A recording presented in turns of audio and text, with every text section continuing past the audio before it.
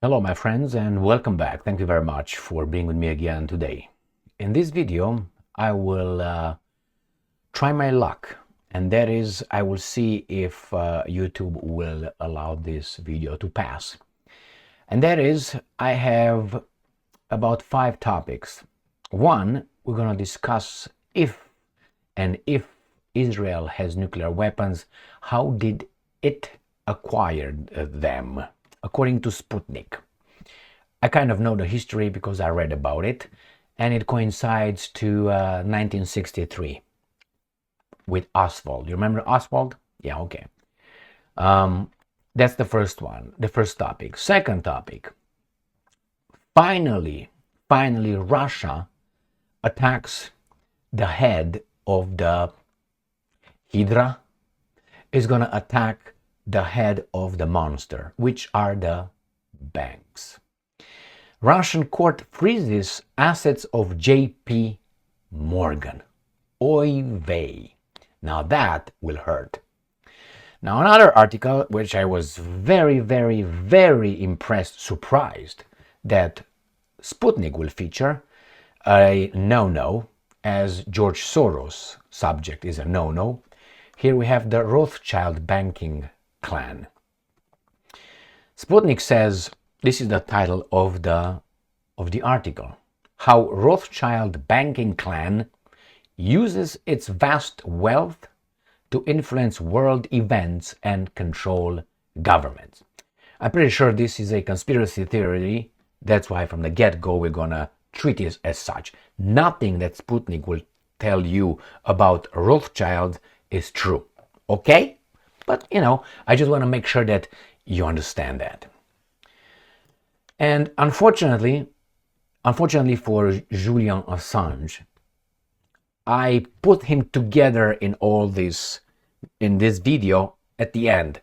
He should have had his own video, but time. So we're going to discuss Julian Assange's first public appearance and speech. He's going to make some statements.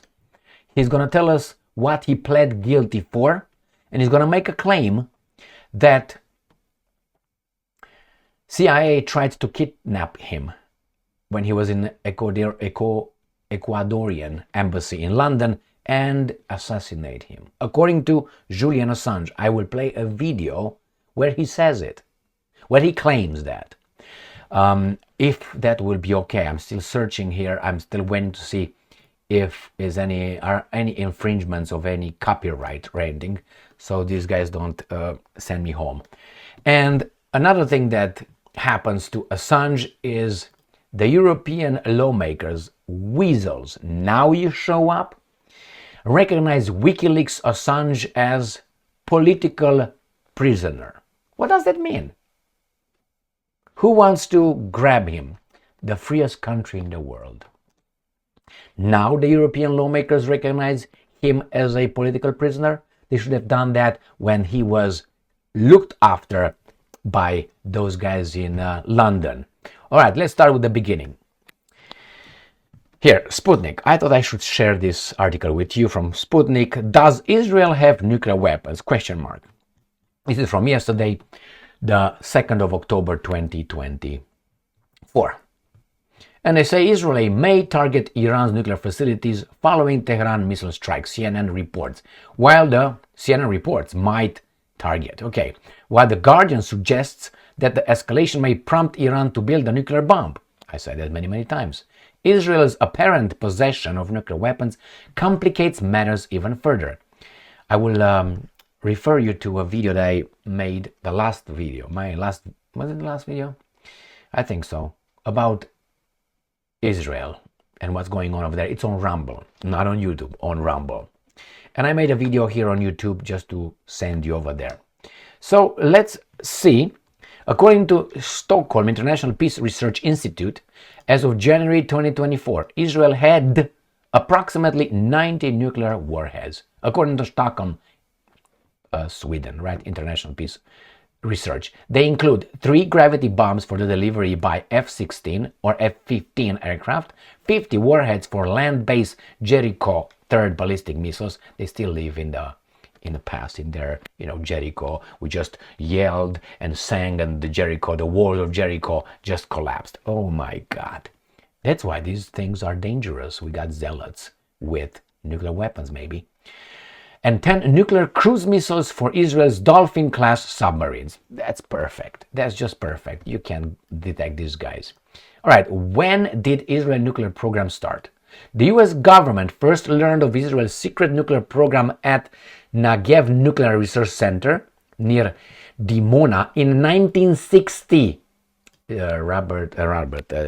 John F. Kennedy was still alive. According to US government documents, declassified in 2015. I knew that. I read about it. By 1974, Israel had already amassed a nuclear stockpile, the CIA estimated at the time. The center was reportedly built in the late 1950s with the French assistance.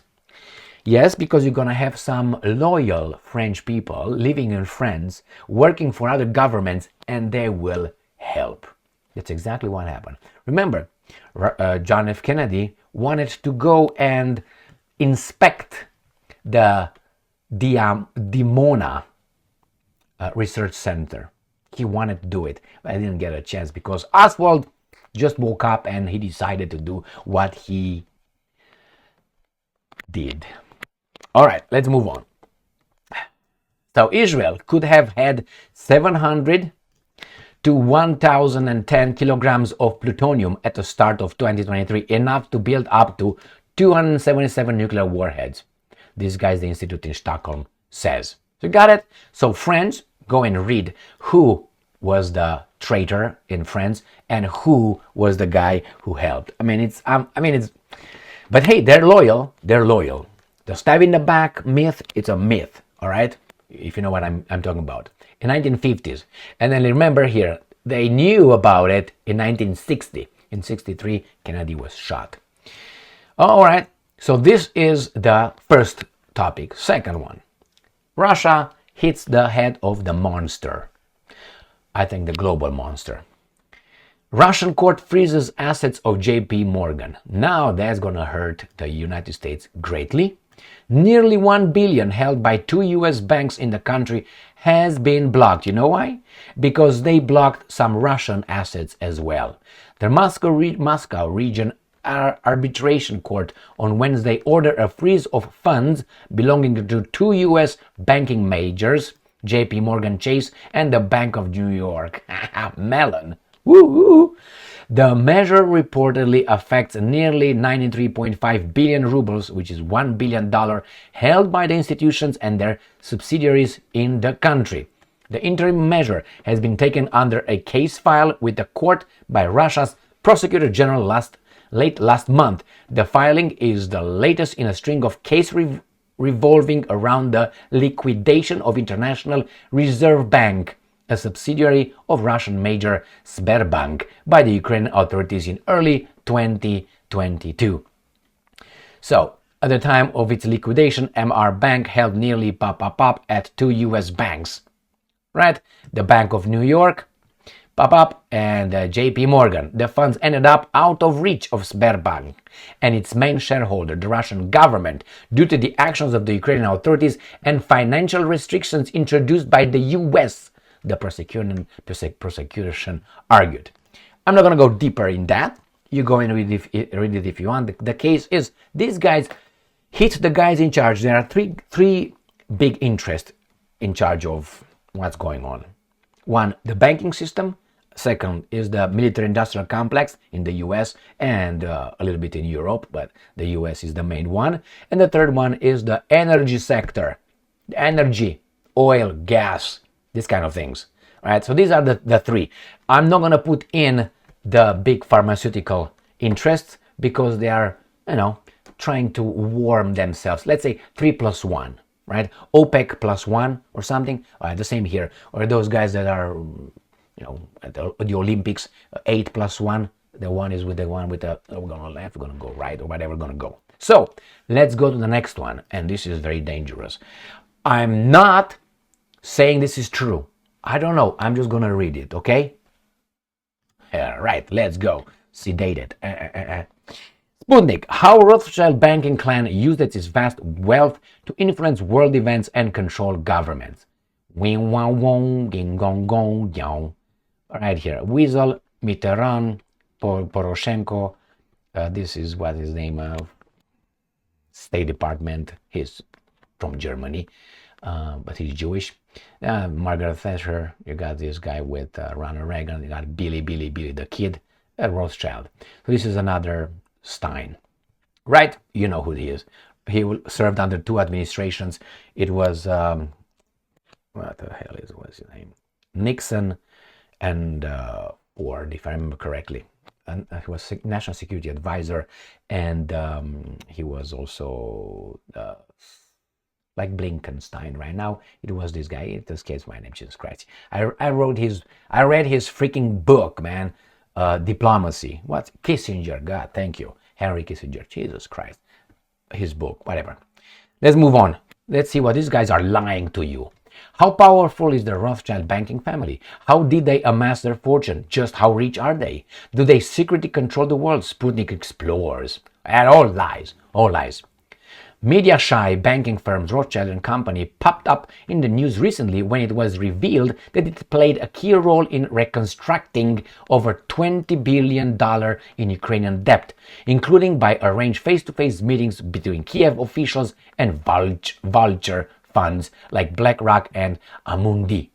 The Rothschilds are known to have played an active role in carving up Ukraine's wealth since at least 2014 and the Euromaidan coup.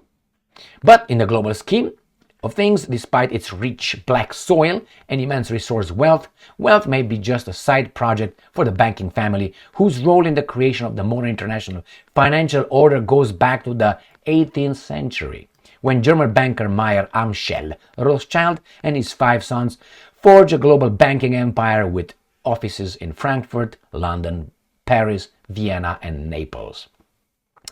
What is the Rothschild banking clan known for? Well, you know, they just help and just help. All they do. How rich are the Rothschilds? Yes, the Rothschilds. A big question mark surrounding the Rothschild family revolves around their net worth, with publicly available valuation varying from a paltry $1 billion to $400 billion and even $1.2 trillion, which would put the family well above the oft-published pop financial media lists of the world richest, which typically include names like Waltons, the Arnolds, the Kochs, Elon Musk, and Bill Gates. The difficulty in establishing a precise figure stems from the family's incredible secrecy.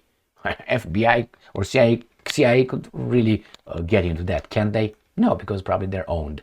Combined with the murky nature of financial capital, the Rothschild went dark, financially speaking, in the early 20th century when the introduction of national taxation schemes across Europe led family banks to formally split to create independent, in quotation mark, financial institutions. How powerful are the Rothschilds?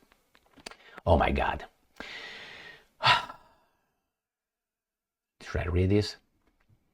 The Rothschild says, the world of high finance is an incredibly small place, with the Rothschilds assumed to enjoy a prominent place among banking families like the Rockefellers, Morgans, Barclays, Lazards, Warburgs, all these guys, man, and other in control of the world's top private banks, from JP Morgan Chase and Citigroup to HSBC, Bush, okay, Deutsche Bank, Societe Generale, that's French right there, there's German obviously, and others. The Rothschild also have ownership stakes and investment ranging from 5% to 50% or more in an array of European, US, and Asian mega corporations, from mining, what they say about resources, my friends, Toll Engineers to Siemens, Exxon, what's Exxon? What's Chevron, rather? What's Shell? Right, all these guys, and again, mining corporation. So, in his book, Big Oil and Their Bankers, researcher Dan Henderson, I thought the MMA guy, Dan Henderson, boom, discovered that Rothschild and a clique of 7 other banking families enjoy a controlling stake in the New York Federal Reserve Bank. No shit. like we don't know that one. The most powerful Fed bank, private bank, and the heart of America's financial system. Other investigators believe the Rothschilds either control the City of London and the Bank of England or own it outright, although this has been disputed. Do Rothschild control the world's politicians? A handful of political figures, including several of America's founding fathers, warned about the threat posed by the rise of powerful banking clans in their day. My favorite guy is Andrew Jackson, who killed the bank. Andrew Jackson is my favorite US president. So, all these guys talk about, I sincerely believe that banking establishments are more dangerous than the standing armies, and that the principle of spending money to be paid by prosperity under the name of funding is by swindling, futuring on a large scale. Futurity, I'm sorry. Jefferson warned. I'm all for him. 20 years on, Rothschild influence over world politicians have become impossible to conceal, with the family's prominent members rubbing shoulders with the likes of Ronald Reagan, Bill Clinton, Henry Kissinger, Margaret Thatcher, François Mitterrand, Petro Poroshenko, Emmanuel Macron, and others, either taking advantage of business connections and sheer economic and market power, or, in Macron's case, hiring him as an investment banker before he began his political career. So he was a Rothschild banker. Do the Rothschild control the world? Nah. We're not gonna talk about this conspiracy theory. Got that? I hope you do your own research. Let's go now to Mr. Assange, who is a victim. He was a victim. He was a victim, in my opinion. As a free person, I should have my own opinions without being afraid of any retaliatory strikes by anybody. All right. So I think he was a victim. These guys, because he revealed the truth and exposed things behind the curtain, he's got what he's got, and that was a, how do you call that? A message sent to everybody else who might dare to do that. Well, therefore you go to Russia and then you hide there and nobody will touch you. Like, for instance, what's his name? Snowden. George Snowden. What's his name? Is Snowden. Not George. Oh my God, man. Edward Snowden. Jesus Christ. Anyway, let's move on. Pled guilty to journalism, Assange said. Assange speaks publicly for the first time, and I'm gonna play this video. I'm gonna play a video. Let me see if this guy, because I already checked it, if these guys put any sanctions on the video. I'm gonna play. Not yet. All right, so let's see what Assange said. After serving 5 years in a British prison, Assange was released. The Australian publisher and activist pleaded guilty to obtaining and publishing US military secrets in a deal with Justice Department prosecutors following years of legal battle to avoid being extradited to the US. On Tuesday, WikiLeaks founder Julian Assange said that he was freed after years of incarceration because he, I am quoting, pleaded guilty to journalism. Right there, my friends. Here is, I want to be totally clear. I'm not free today because the system worked. Got that? Not because that. I am free today after years of incarceration because I pled guilty to journalism. End quote. All right, my friends. So, let's see if they're gonna do anything about it. Yeah, he pled guilty to journalism. Tell too much truth, you're gonna end up like him. That was the message given to everybody else. All right, so let's see the next one. Sputnik. European lawmakers, now like weasels, they come like vultures, to put medals on their chest. European lawmakers recognize WikiLeaks Assange as political prisoner. Who imprisoned him? Because you see, in Romania, in the communist Romania, or in Soviet Union, when you were a political prisoner, that means, you did something politically and against the politics of a country. What exactly country? Obviously the US. Well, he revealed military secrets, he endangered, people's lives and so on. That's how the story goes. I am for the truth. I want to know what happened. Sometimes even,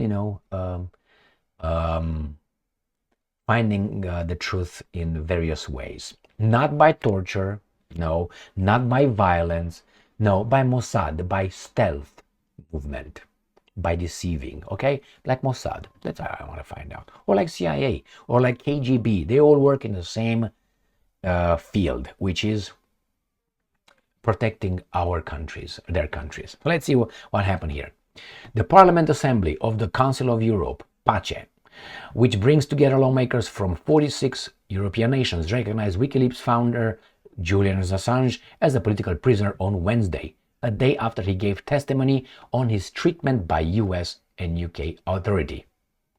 And I'm quoting, the Assembly said Mr. Assange's treatment warranted his designation as a political prisoner under the definition it agreed in 2012, citing the severe charges brought against him by the United States of America, exposing him to possible life imprisonment combined with a conviction under the US Espionage Act for what was, in essence, news gathering and publishing, the statement read. The resolution was passed in an 88-13 vote with 20 abstentions. Most of those who voted against the motion hailed from the United Kingdom and Poland? What the hell, man? What's going on with you? Alright, so this is Now People Show Up. And let's play this video right here. It's not from me, it's from other people, obviously. And see here what he's going to say. This is minute 11:27 in the speech right there. Let's go. CIA Director Pompeo launched a campaign of retribution. It is now a matter of public record that under Pompeo's explicit direction, the CIA drew up plans to kidnap and to assassinate me within the Ecuadorian embassy in London, and authorized going after my European colleagues, subjecting us to theft, hacking attacks, and the planting of false information. My wife and my infant son were also targeted. A CIA asset was permanently assigned to track my wife, and instructions were given to obtain DNA from my 6-month-old son's nappy. This is the testimony. Did you hear that? So when these guys here in America, they think that CIA is somehow, just protect us and so on, and the KGB are those guys like in the movies the Hollywood Zelensky Steins make for all of us and for you. I don't watch garbage anymore. I mean, it's been years. Unless someone, refers something, okay, you should watch that one. So they're in the same business, my friends. They make bread. Different ways of making bread, but eventually they bake the bread. They make the bread. The same here. So yes, what's new, right? We knew this. He comes and says it. I don't know how come Julian Assange is still alive. It's a miracle. He could have got some stomach cancer while in Great Britain in a prison. He could have got some plutonium exposure again when he was in Ecuadorian embassy. He could have gotten, maybe a pinch, maybe an infection. Maybe he could have had some brain cancer. All these things are very fast and very much used. Very easy. Thank you very much for being with me again today. He's a hero. Stay strong, stay smart, look for the truth, and be just.